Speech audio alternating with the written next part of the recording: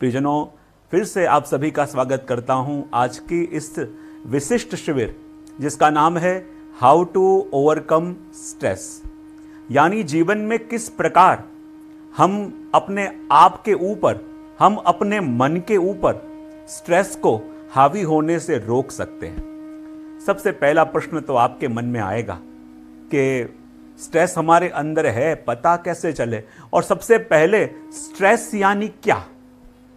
हम स्ट्रेस से बचने की बात करते हैं, स्ट्रेस को हराने की बात करते हैं, स्ट्रेस को अपने ऊपर कंट्रोल लेने से रोकने की बात करते हैं, लेकिन वास्तव में स्ट्रेस है क्या। स्ट्रेस किसको कहा जाए। चिंतकों ने अलग अलग रूप से अपना अपना दृष्टिकोण प्रस्तुत किया है और एक व्याख्या स्ट्रेस की देते हुए कहें कि स्ट्रेस क्या है। Stress is a kind of pressure which disturbs the working system of mind, body and senses. Stress यानी इस प्रकार का एक प्रेशर अपने मन, अपने शरीर, अपनी बुद्धि और अपनी इंद्रियों पे आ जाता है कि उसकी योग्य कार्य करने की जो क्षमता होती है, उसके कार्य करने का जो अंदाज और जो एक ढंग होता है, वो पूरा ढंग डिस्टर्ब्ड हो जाता है। स्ट्रेस क्या है। Inability to manage the situation is also create stress. यानी जिस परिस्थिति के अंदर आप हो, लेकिन उस परिस्थिति से अपने आप को यदि आप बचा नहीं पा रहे, उस परिस्थिति को आप ठीक से हैंडल नहीं कर पा रहे, उस परिस्थिति को आप कंट्रोल नहीं कर पा रहे, तो उसका रिजल्ट होता है मन में स्ट्रेस जागृत हो जाना। एक छोटी सी बात मैं आपको कहूं, एक छोटा सा बच्चा है, उसके आगे हारमोनियम रख दिया जाए और कहा जाए कि देखो जो भजन चल रहा है उसमें हारमोनियम बजाना, तो क्या वो बजा पाएगा। बोले नहीं। बोले क्यों। क्योंकि वो वस्तु जो उसे दी गई है वो उसको मैनेज करने में सक्षम नहीं है। और जब जिस परिस्थिति को हम कंट्रोल या मैनेज करने में सक्षम नहीं होते, तो उस अवस्था के अंदर व्यक्ति के मन में स्ट्रेस बिल्डअप होने लगता है। अब आपको लगेगा कि स्ट्रेस की व्याख्या तो थोड़ी बहुत आपको दे दी, लेकिन वो स्ट्रेस अपने अंदर है कि नहीं, पता कैसे चले। एक छोटी छोटी, मैं बड़ी बड़ी बातें नहीं करूंगा, ऐसी छोटी छोटी बातें करूंगा कि जो आप समझ पाओगे। आप तो समझ पाओगे, लेकिन जहां आप बैठे हो, शायद ये सुनने के बाद आप अपने घर वालों को देखोगे या आपके घर वाले आपका चेहरा देखेंगे। बोले कैसे। बोले स्ट्रेस अपने अंदर है, पता कैसे चले। तो देखो, यदि छोटी छोटी बातों के अंदर अचानक आप अब उत्तेजित हो जाते हो, धीरे धीरे आप शॉर्ट टेम्पर होने लगे हो, घर के लोग आपको बार बार कह रहे हैं कि आपके स्वभाव में कुछ गड़बड़ हो रही है, लेकिन आप अभी मानने को तैयार नहीं हुए, तो मानना कि अब धीरे धीरे स्ट्रेस अंदर आ चुका है। और मुझे पक्का पता है आपके संग तो ऐसा नहीं होता होगा, लेकिन जिसके संग होता हो, ये उसकी बात मैं कर रहा हूं। दूसरी वस्तु, क्या ऐसा होता है कि आजकल जैसे जैसे आप कहीं से अंदर आए और कभी कहीं माथा टकराता है, कहीं कभी हाथ में लग जाता है, कहीं रसोई बनाते बनाते कुछ उंगली जल गई, या ऐसा यदि आपके संग अभी हो रहा हो, तो मानना कि हाँ, स्ट्रेस अंदर आ चुका है। यदि अकारण हमेशा सर भारी भारी रहता हो, सर के अंदर भार भार सा लगता हो, कुछ भी एक काम करने में आप फोकस नहीं हो पा रहे, तो मानो कि हाँ, स्ट्रेस आ गया है। कोई भी वस्तु जो आपको पसंद थी, आपने करना प्रारंभ किया, 10 मिनट किया और लगता है कि छोड़ो, नहीं करना, और कुछ करता हूं। और कुछ करने के लिए आप गए, 5 मिनट बैठे, नहीं अब मन नहीं लग रहा, और कुछ करना है। यदि ऐसा हो रहा हो, तो मानो आप स्ट्रेस के अंदर हो। और जब अपना मन सल्यूशन ढूंढने की जगह हमेशा अपने आप को विक्टिम बनाने लगे, हमेशा कंप्लेंट ढूंढने लगे, हमेशा फरियाद मन में से जागने लगे, तब मानो कि आप स्ट्रेस में हो। अब देखो, ये स्ट्रेस को कैसे दूर किया जाए, ये स्ट्रेस को कैसे ओवरकम किया जाए, ये बात आज आपको मैं बताऊंगा, और मैं ये चाहता हूं कि मैं आपको कोई पराधीन न बनाऊं कि हर बार आपको बताने के लिए मुझे आना पड़े, कि आपको कुछ समझाना पड़े। मैं चाहता हूं कि ये सुनने के बाद आप स्वयं इतने सक्षम हो जाओ कि आपको किसी की जरूरत अब पड़े ना। ये मेरा उद्देश्य और ये मेरा लक्ष्य है। और इसलिए कोई बड़ी भारी बातें कहने की जगह मैं ऐसी छोटी छोटी वस्तुएं आपको टेक्निक के रूप से दूंगा कि जो छोटी छोटी वस्तुएं करके भी आप अपने ऊपर आए इस स्ट्रेस के लोड को कम कर सकते हो। अब देखो, मैंने पहले भी स्ट्रेस की व्याख्या आपको दी कि जब स्ट्रेस होता है तो उसके कारण क्या होता है कि ऐसा प्रेशर अपने शरीर, मन, बुद्धि, इंद्रियों पे डेवलप होता है कि हमारे कार्य करने की जो क्षमता, अपनी जो एक कैपेसिटी है, वो कैपेसिटी के ऊपर ये सीधा इफेक्ट करता है। लेकिन एक वस्तु आपको बता दूं कि जब एक व्यक्ति चलते हुए आपके सामने आता है तो वो व्यक्ति अकेला नहीं होता, उसके 4 डायमेंशन होते हैं। और 4 डायमेंशन कौन से होते हैं तो हमको पता नहीं होता कि स्ट्रेस जब आता है तो कौन से डायमेंशन के अंदर उसे ज्यादा इफेक्ट कर रहा है और रिफ्लेक्ट वो अलग रूप से हो रहा है। ध्यान से समझना, महत्व की बात मैं आपको बता रहा हूं। हर एक व्यक्ति जब आपके सामने आ रहा है या आप स्वयं व्यक्ति हैं तो मात्र जो दिख रहे हैं वो नहीं है, आपके भी 4 डायमेंशन हैं। और वो 4 डायमेंशन मिलके व्यक्ति स्वयं एक बनता है। बोले कैसे? सबसे पहले कहूंगा कि PQ यानी फिजिकल कॉशन, दूसरा है IQ यानी इंटेलिजेंस कॉशन, तीसरा है EQ यानी इमोशनल कॉशन, और चौथा है SQ यानी स्पिरिचुअल कॉशन। ये 4 डायमेंशन मिलके एक व्यक्ति बनता है। सबसे पहले PQ यानी फिजिकल कॉशन। अब देखो, फिजिकल कॉशन यानी क्या? उसका आधार, यदि उस लेवल पे स्ट्रेस है तो कहते हैं स्ट्रेस है यानी क्या कि देखो आपके खान पान का आधार कैसा है, आपकी नींद कैसी है, दिवस भर में आप क्या प्रवृत्ति करते हो, ये सब आता है PQ के अंदर। फिर आता है IQ यानी इंटेलिजेंस कॉशन, और IQ के अंदर, यदि IQ के अंदर स्ट्रेस है तो IQ आपका क्या कि आपके अंदर रही जीवन में आने वाली हर एक प्रॉब्लम को सॉल्व करने की क्षमता। यदि आपका IQ जो है उसके ऊपर स्ट्रेस आ गया है तो आपके लाइफ में, आपके जीवन में जो भी प्रॉब्लम्स आती है ना, आप खुद सॉल्व नहीं करोगे, आप ढूंढोगे कि कोई बाहर से आवे और मुझे बचावे, कोई मुझे बचाने के लिए आवे, कोई ऊपर से आवे, नीचे से आवे, यहां से आवे, वहां से आवे, कोई आके बचाएगा तब मैं बच पाऊंगा, वरना मैं गया। ऐसा कब होता है? जब अपने IQ के ऊपर यानी इंटेलिजेंस कॉशन के ऊपर प्रेशर होता है। तीसरी वस्तु कही EQ यानी इमोशनल कॉशन, और इमोशनल कॉशन यानी कि जब आपके इमोशनल लेवल पे स्ट्रेस होता है तो क्या होता है, बहुत ज़्यादा स्वभाव आपका विपरीत होने लगता है। किसी को कही बही बात भी आप हमेशा अपने ऊपर पर्सनल लेना शुरू कर देते हो। यदि घर के किसी व्यक्ति ने बात की है जनरल लेवल पे, लेकिन जनरली कही हुई बात भी जब आप अपने पर्सनल लेवल पे लेने लगो कि मुझे सुना रहा है, मेरे ऊपर ऐसे कह रहा है, और आप दुखी होके, डिप्रेस होके बैठ जाओ, तब मानो ये स्ट्रेस आपके इमोशनल कॉशन के ऊपर है।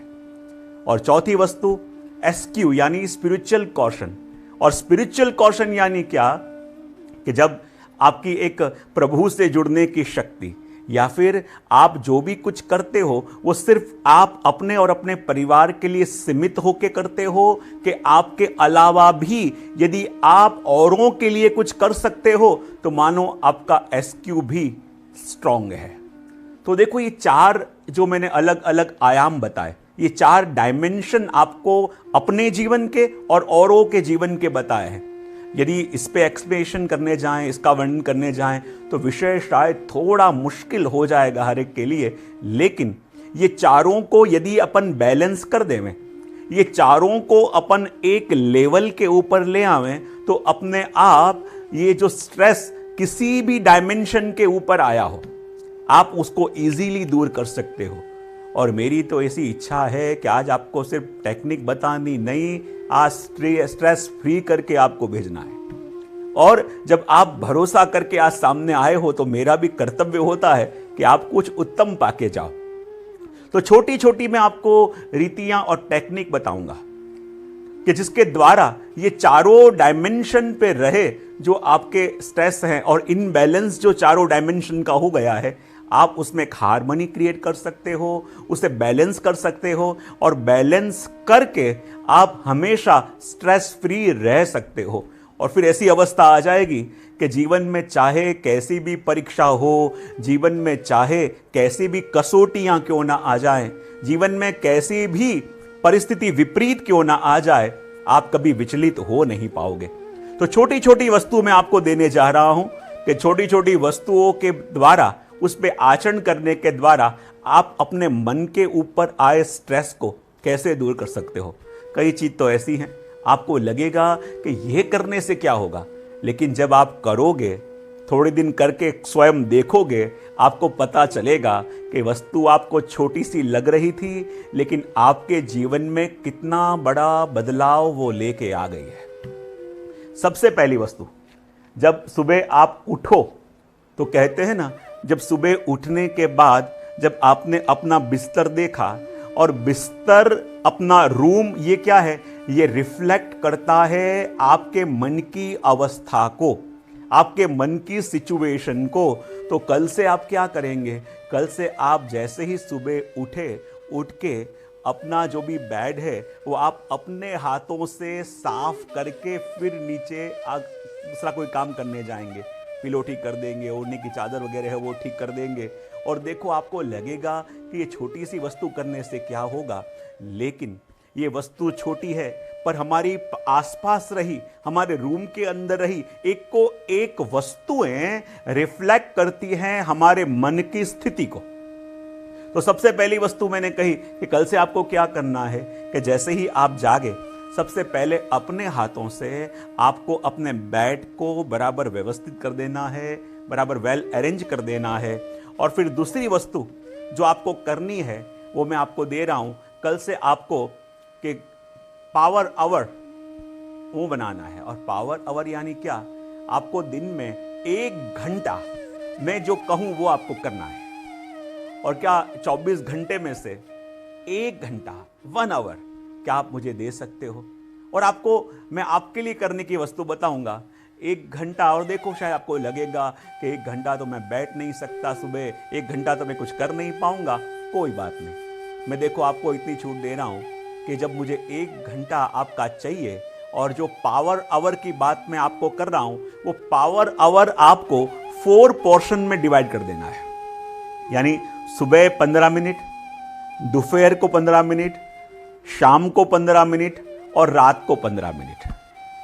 सुबह के 15 मिनट क्या करना है कि जैसे भी आप जगो तो सुबह आपको 15 मिनट सिर्फ लाइट एक्सरसाइज या लाइट वॉकिंग, वो भी ना हो सके तो मैं आपको अभी एक ब्रीदिंग टेक्निक भी बताऊंगा, वो 15 मिनट आपको करना है। उसके बाद के जो 15 मिनट हैं उसमें कि प्रभु का नाम लिया, प्रभु की सेवा करी, कोई धार्मिक पुस्तकों का भले 1 पेज भी आपने वांचन किया, कोई माला मंत्र की जो भी आपके गुरु ने आपको दी हो वो करें।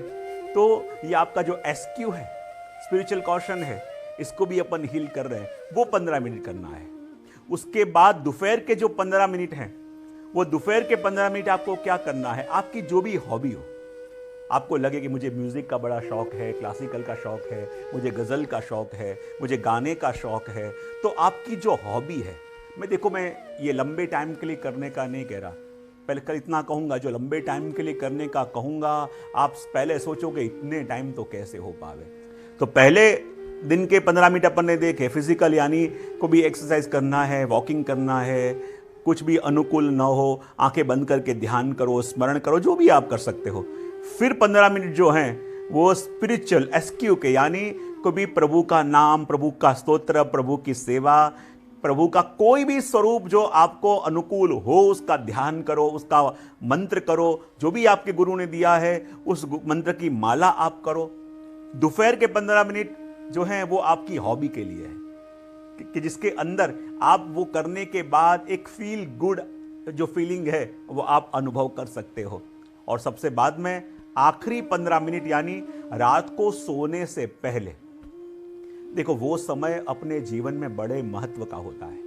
और अधिकतर अपन जब सोते हैं तो पूरे दिन का टेंशन, पूरे दिन की चिंता, पूरे दिन का स्ट्रेस सोच के सोते हो कि नहीं। और इसलिए मैं हमेशा कहता हूं कि सोने का टाइम ये सोने का नहीं, ये बोने का टाइम है।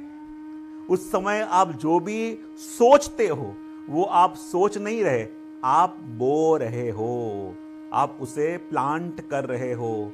तो सोने से पहले के जो 15 मिनट हैं उसमें बहुत सावधान होने की जरूरत है। उस समय टीवी बंद, न्यूज़ बंद, उस समय कोई भी मोबाइल फोन के अंदर आए अलग अलग मैसेजेस बंद। लेकिन वो 15 मिनट आंखें बंद करके कोई भी ऐसी 5 वस्तुओं के लिए आप प्रभु को धन्यवाद दोगे, एक ग्रेटिट्यूड का भाव अपने मन में लाओगे। और कोई बड़ी वस्तु ढूंढने की जरूरत नहीं है, आप इतना भी कर सकते हो कि देखो प्रभु आज भी आपने मुझे ये वस्तु अनुकूल कर दी, ऐसी ऐसी विषम परिस्थिति है उसके अंदर भी प्रभु मैं 2 टाइम भोजन कर पाया, मैं अपने बच्चों के संग रह पाया। इतनी विषम परिस्थिति है उसके अंदर भी आज मेरे दिन में भी कुछ क्षण ऐसी गई कि जिसके अंदर मैं खुश हो पाया। तो वो खुशी की क्षण है, कोई बहुत बड़े बड़े प्रसंग ढूंढने की जरूरत नहीं है। दिन में जो भी आपने अच्छा किया, कि जो समय बिता के आपको अंदर से खुशी मिली, उसके लिए प्रभु का धन्यवाद। रात को सोने से पहले 15 मिनट के लिए आप मानो और देखो जो वस्तु प्रभु ने नहीं दी उसकी फरियाद करते रहोगे तो उसकी लिस्ट लंबी होती जाएगी। और जो वस्तु प्रभु ने दी है उसका धन्यवाद मानते रहोगे तो उसकी लिस्ट लंबी होती जाएगी। तो आप कौन सी लिस्ट लंबी करना चाहते हो, जो नहीं मिला उसकी या अधिकार देखे बिना जो मिला है उसकी। और इसलिए ये 15 मिनट जो रात्रि के समय सोने से पहले हमको व्यतीत करने हैं, ये बड़े महत्व के हैं। और आप इस समय कुछ कर नहीं रहे, आप बो रहे हो। और वो आखिरी जो विचार पूरी रात आपके मन के अंदर चलते रहेंगे। और देखो दूसरे दिन जब आप जगोगे आपके मन की अवस्था कुछ अलग होगी। आपके मन के अंदर न कोई फरियाद होगी, न कोई कंप्लेन होगी, न कोई ऐसी भाव होगा कि मेरे संग ही ऐसा क्यों हो रहा है, मेरे संग ही ऐसा क्यों। वहां फरियादें नहीं होंगी, वहां कृतज्ञता का भाव होगा, वहां प्रभु के लिए धन्यवाद का भाव होगा। वहां हर एक परिस्थिति के अंदर भी कहीं शुभत्व दिखना अपन को प्रारंभ हो जाएगा। तो अभी तक मैंने ये 2 वस्तु आपको कही। सबसे पहले कहा कि आपको क्या करना है, उठते ही अपने बेड को अरेंज करना है। उसके बाद फिर मैंने आपको कहा कि रोज आपको एक पावर आवर यानी 1 घंटा, और वो 1 घंटा भी मैं एक संग नहीं मांग रहा, 15-15 मिनट मैंने कहा है कि पूरे 24 घंटे के अंदर आपको अपने लिए देने हैं। और ये 15-15 मिनट ऐसे हैं कि जो आप दे नहीं रहे, आप बो रहे हो। और इसको बोने के बाद देखो जीवन में कैसा परिवर्तन आने लगता है।